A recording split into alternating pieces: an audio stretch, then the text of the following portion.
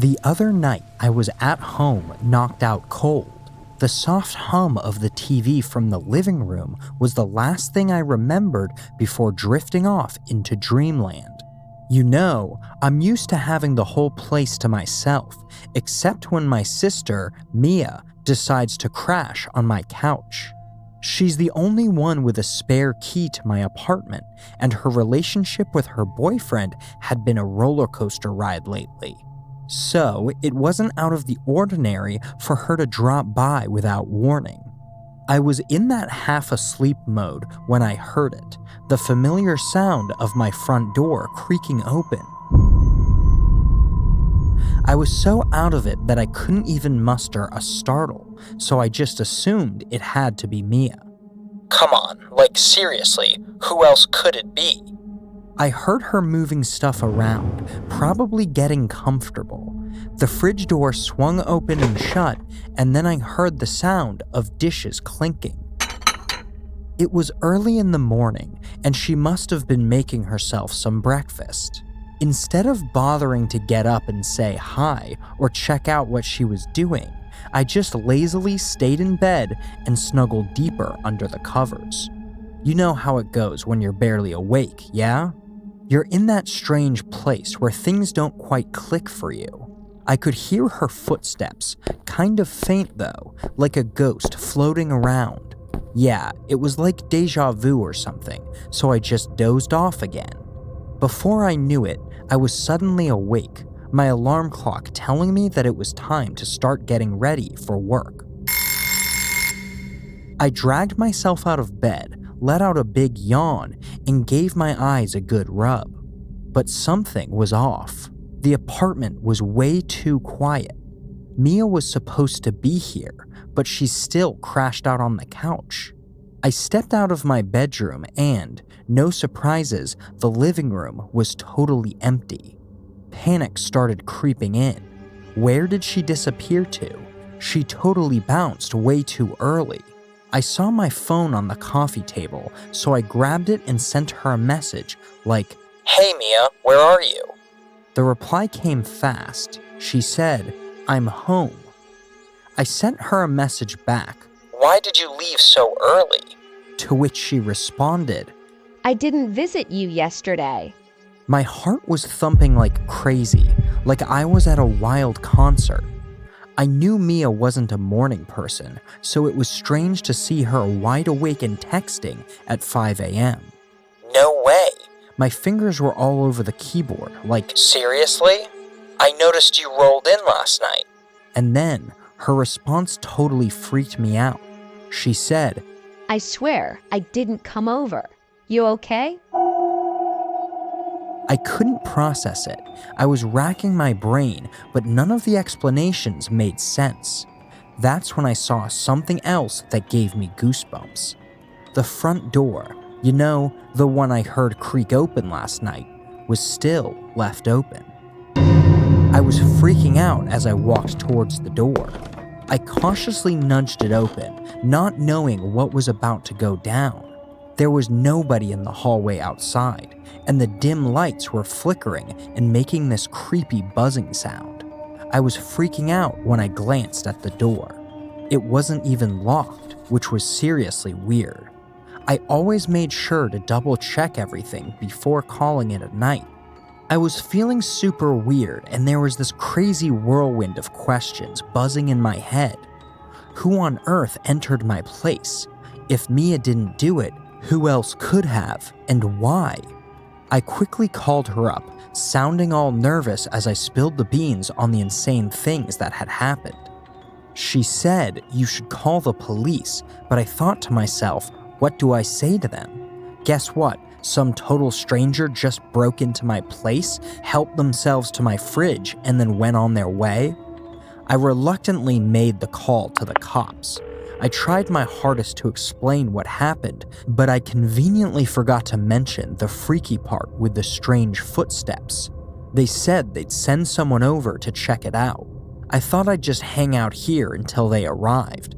I swear that wait dragged on for ages in that freaky quietness.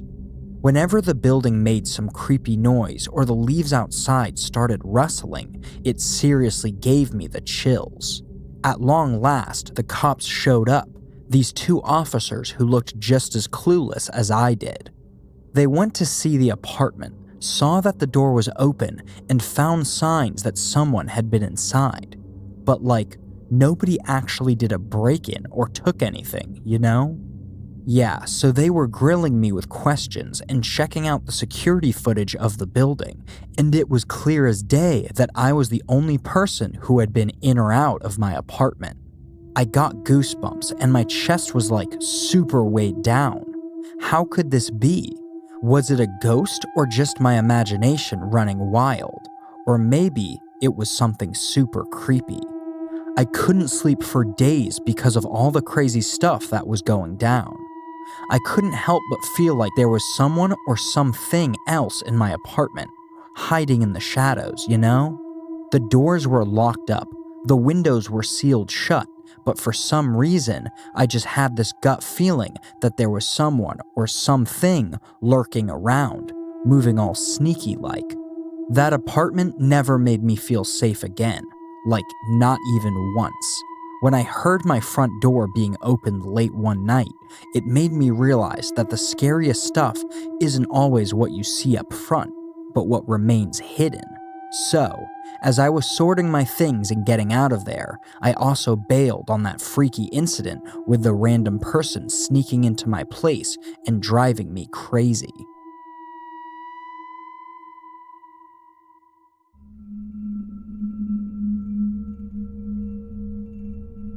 When I was around 11 or 12 years old, something happened that still gives me the creeps. Just another regular day in my life, and as soon as I hopped on the school bus, I couldn't wait to get home. We lived in a cozy little brick house from the 50s, tucked away in a chill countryside neighborhood in the southeast of the US. It was a cozy place with 3 bedrooms, 1 bathroom, a kitchen, and a living room, all packed into a space of around 1,000 square feet. In such a tiny house, there weren't many spots for someone to hide, or at least that's what I thought. It was a super sunny day as I headed to our place. I was sweating my butt off and all I could think about was finding a restroom.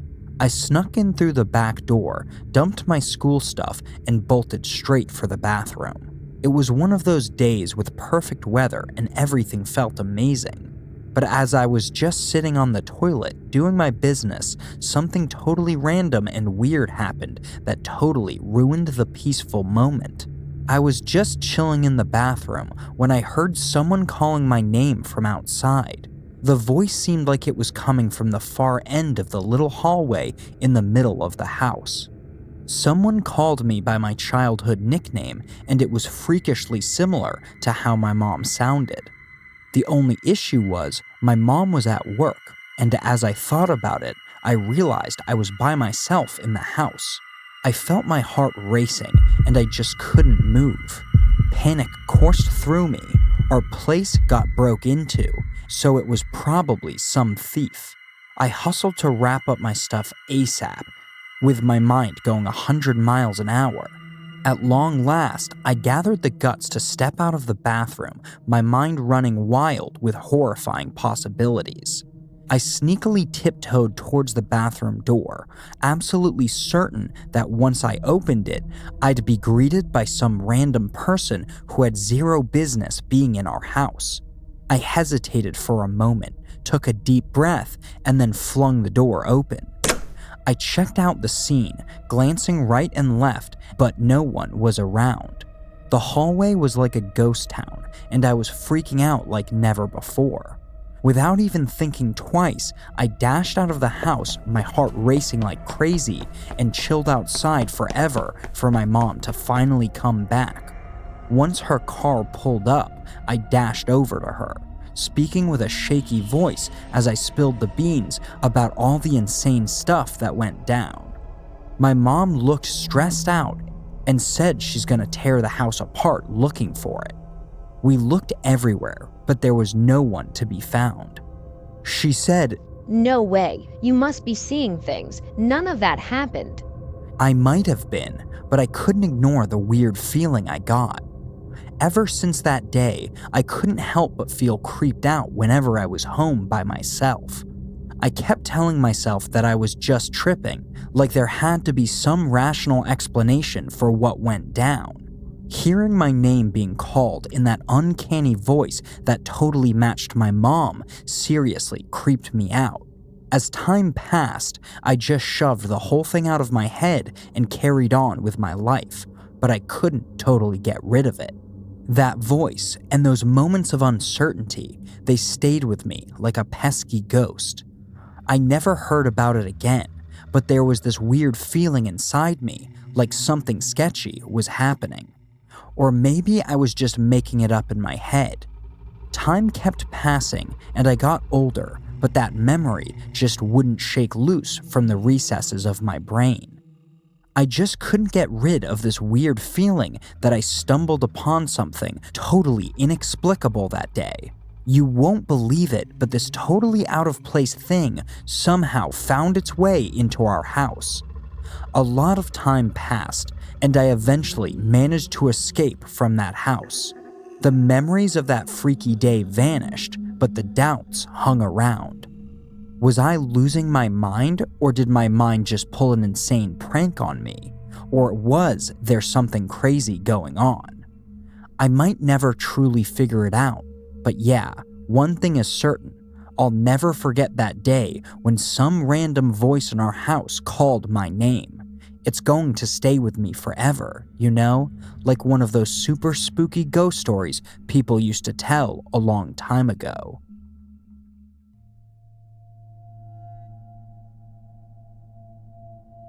I had my cat for company as I rested on the couch under a warm blanket. The room was silent at that moment. Just my cat, no music, no TV. I felt bored, thus I pondered, why not capture this moment? I thought about it. I photographed my cat using my phone. He was just being his cute self, and I tried to capture that on camera. This video would be cute, and it made me smile. However, things took a strange turn. I sensed a problem after recording and viewing. The video had an eerie, marvelous music playing, terrifying, yet in slow motion. I was confused by the absence of background music in my video. I swiftly surveyed for TV noise, but there was complete silence. I made an attempt to solve it. There may be random noise or interference picked up on my phone's microphone. The music was incredibly unique. It resembled a scene from a horror film. Then I looked at my cat and seemed to be scared. We were both scared. I couldn't put it into words and it was driving me crazy. I deleted the video right away, thinking that it was a strange technical problem. The remainder of the evening was quite engaging. My cat performed its usual tricks as I tried to unwind. Yet, the unsettling sensation persisted within me. It was an enduring, peculiar sensation without cessation. To avoid unintentionally recording that terrible music, I made sure to keep my phone nearby as time passed. But that never happened. I started to think that this odd occurrence would never occur. Perhaps it was just in my mind. Eventually, I moved on from that peculiar encounter. But then, the lights began to flash and the room turned dark while I was watching a movie in the living room. The music turned out to be terrible, as if it had been abruptly silenced. It was faint, but it made me sick. I frantically sought a flashlight and brandished it to light up my room. My cat appeared to detect an unusual occurrence. The walls appeared to be emitting the music. I was surprised. There is no doubt. The glitches were erratic and the music was nonsensical. I considered giving a call to someone I know, but I didn't want to appear totally insane. I decided to calm myself and stay with the cat, forcibly shut the bedroom entrance, concealed myself beneath the blankets, and strived to disregard that unpleasant melody. The volume of the music was increasing. It seemed as if he was enticing me into a hazy reverie. I embraced the cat for survival.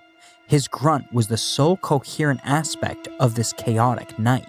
The music ceased, leaving me alone in a dark, quiet room. I was too scared to leave my bedroom and meet the person responsible. I ended up collapsing from exhaustion and falling asleep.